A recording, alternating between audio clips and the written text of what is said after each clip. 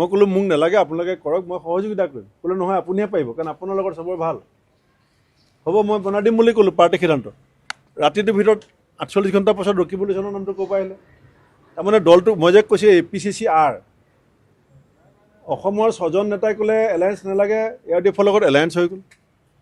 গড় হত্যাকাৰীক টিকেট কাটিব লাগে বুলি সেই সময়ৰ AICC general secretary incharge Veerappa মৈলীয়ে ভুৱনেশ্বৰ কলিতা ডাঙৰীয়াক কৈছিলে নাই সোধক।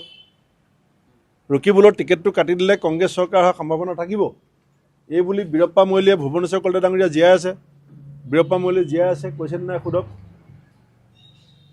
তেতিয়াহ'লে মই APCC কৰিবলৈহে গৈছিলোঁ, আৰু মই তেওঁলোকৰ নিচিনাকৈ পাবত গজা কংগ্ৰেছী নহয় নহয়।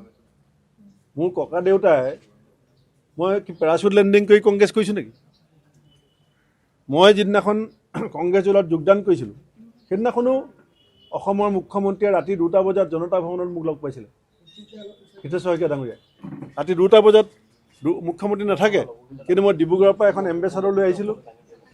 এম্বেচাডৰখন লৈ আহোঁতে ৰাস্তাত অলপ কাৰিকৰী বিজুতি হ'ল, মই আহি পোৱাত দেৰি হ'ল।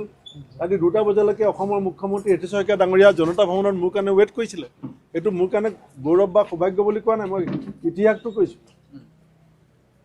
পাণ্ডু অধিৱেশনত 1926 চনত দেশভক্ত তৰুণৰাম ফুকন ডাঙৰীয়াৰ চিঠি মই আপোনালোকক দিম সময়ত। মই কিতাপ এখন লিখি আছোঁ, গৰু গাড়ীৰ পৰা হেলিকপ্টাৰলৈ। মই মোৰ জীৱনত প্ৰথম উঠা গাড়ীখন হৈছে গৰু গাড়ী, ককা দেউতাৰ গৰু গাড়ীত উঠিছোঁ। আমাৰ গাঁৱলৈ গাড়ী গ'লে আমি পিছে পিছে দৌৰোঁ। আমাৰ গাঁৱত যেতিয়া গাড়ী যায়, আমি পিছে পিছে দৌৰোঁ। আমি সেইখন, মই BA পাছ কৰিছোঁ টেবুল লেমৰ চিমনি মোহাৰি মোহাৰি। মোৰ দেউতাই মোক গুৱাহাটী ফুৰাবলৈ আনিছিলে 85 চনত। 85 চনত মোক দেউতাই ফুৰাবলৈ আনিছিলে। মই সেইজন মানুহ, মোক কোনে বেক কৰিছিলে? মই ছেল্ফ মেড মানুহ।